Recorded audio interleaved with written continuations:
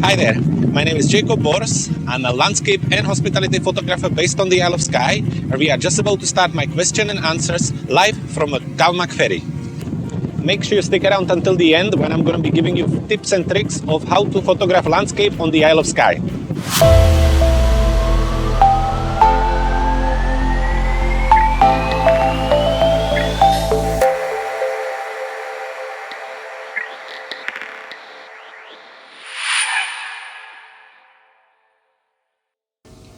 Welcome back everyone, welcome back to my studio and welcome back to my Skye Q&A session. We have prepared lots of fun for you this month, so please sit down, relax and enjoy the next 15 minutes in the company of Bors Photography.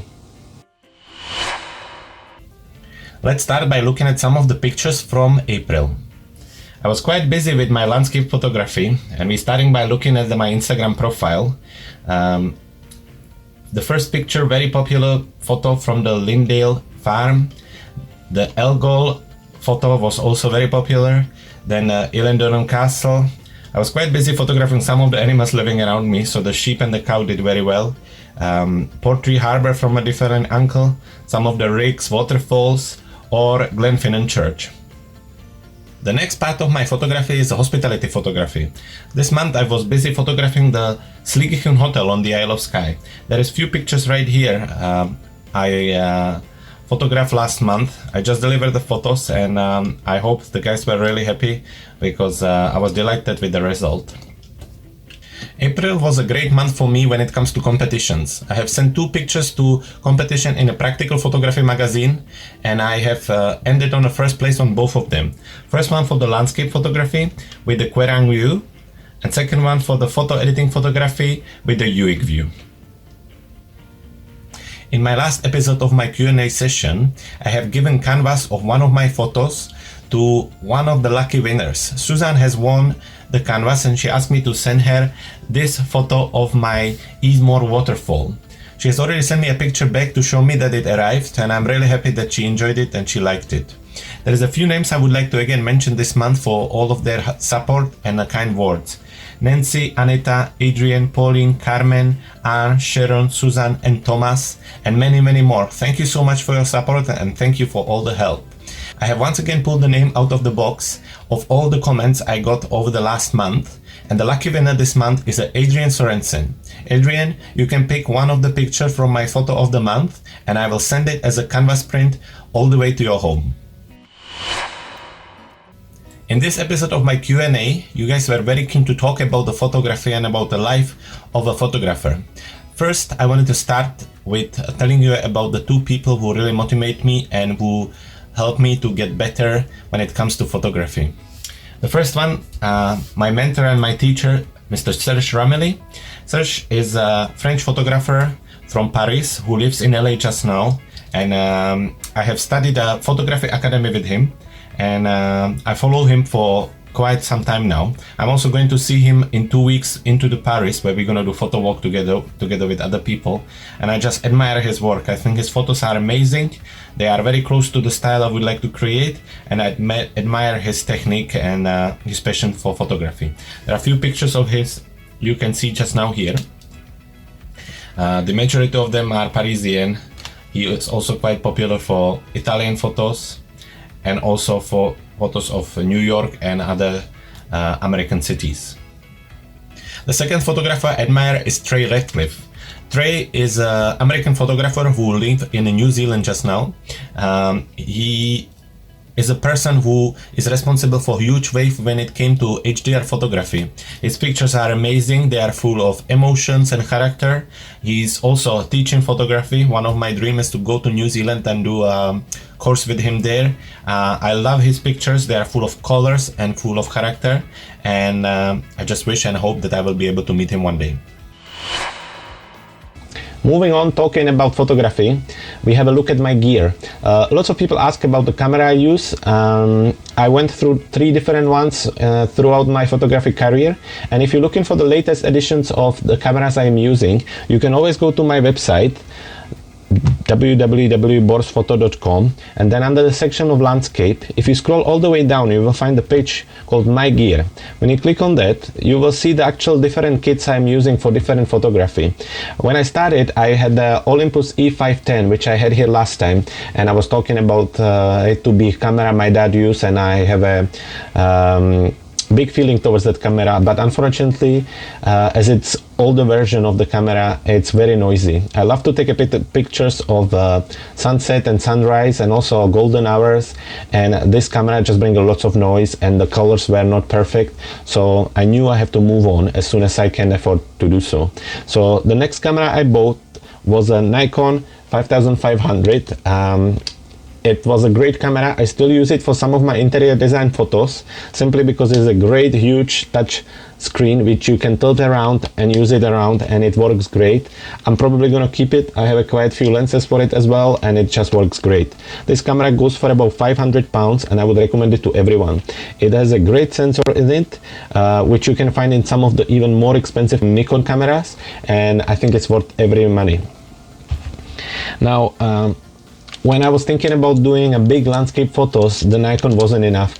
First, it's crop sensor, so the picture is a bit smaller, the colors were not perfect, there was quite big vignetting, so I knew I have to move on another camera. Now, moving on, I wanted to buy a camera which I don't have to upgrade for quite some time. I was searching around, discussing it with my friends and with some of my mentors, and eventually I decided I'm gonna buy the Sony a7R II, which is right here.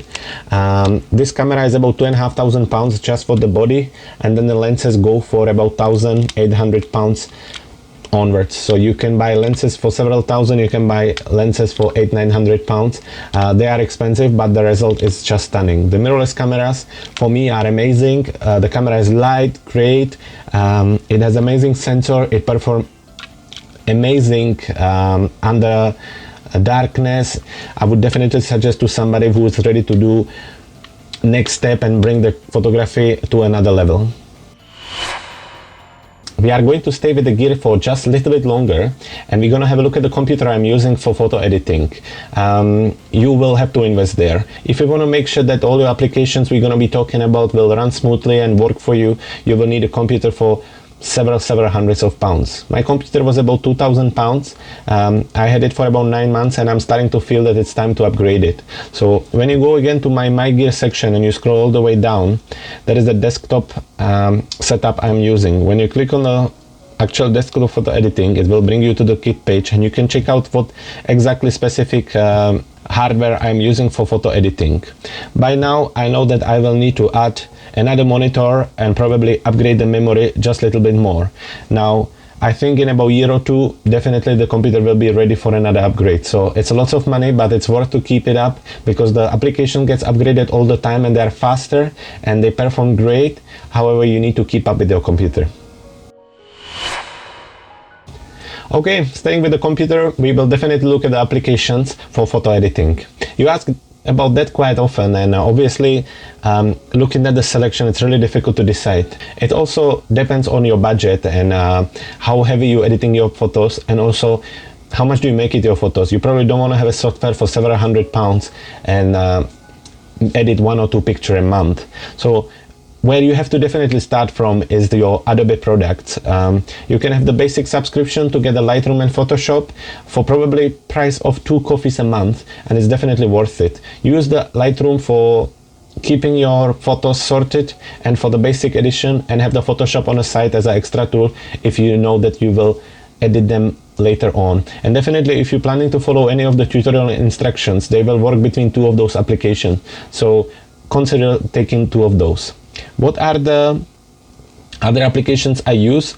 I use Aurora HDR, which is an amazing tool for editing and creating HDR photos. It's well worth it. It costs about £50-60. You can find it for some discounts if you're looking a little bit deeper, and it's definitely worth to add it to your software pack.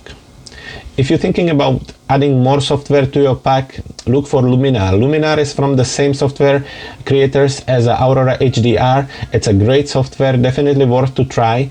It will edit the picture the way Photoshop or Lightroom can't, or if they can, it will be much faster. I would definitely suggest for you to consider it and see how it's going to work for you.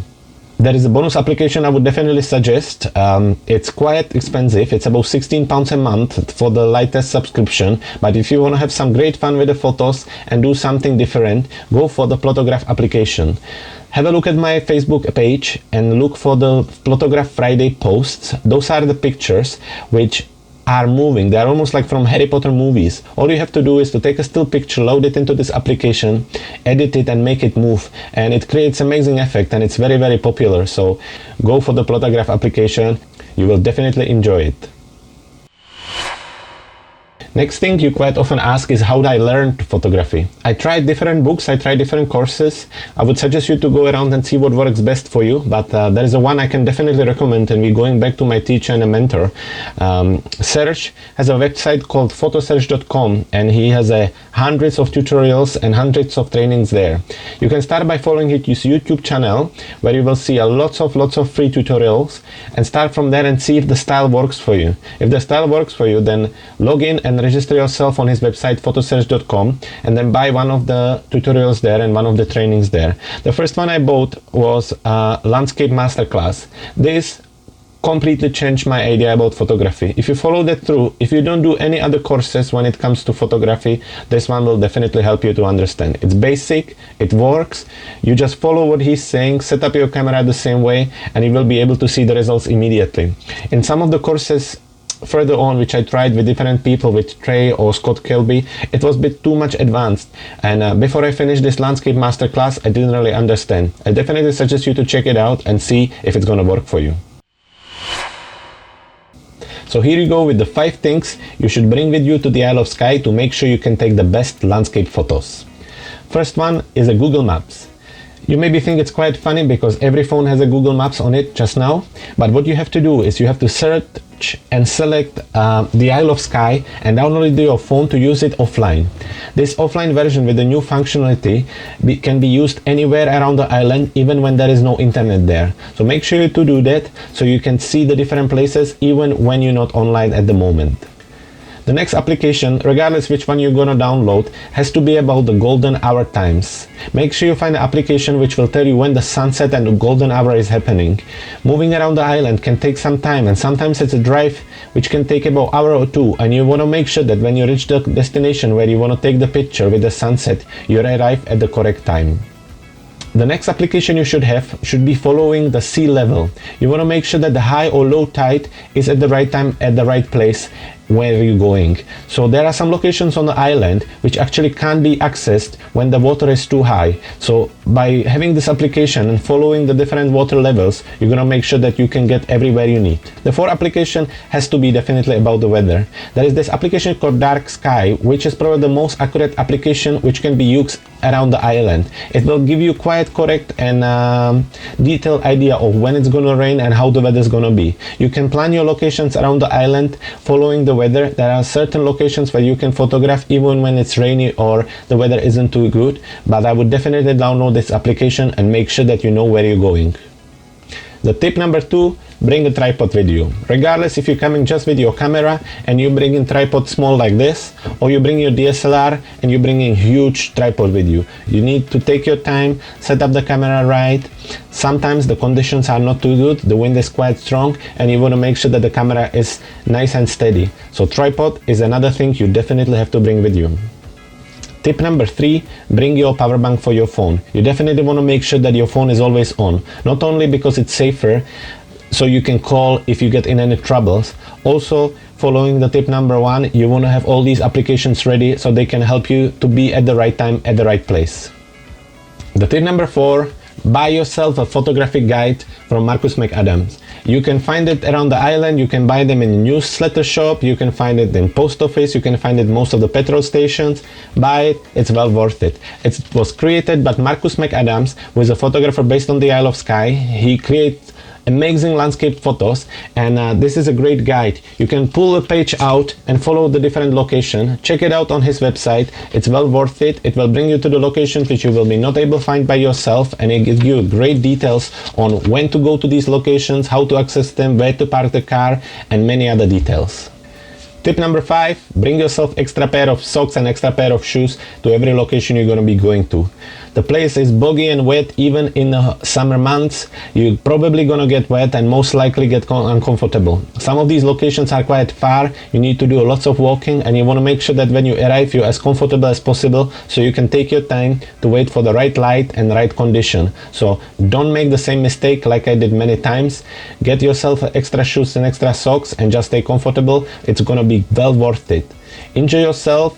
Let me know if you need any help, any advice. I'm here. Follow me on borsphoto.com, and I can't wait to see you next time.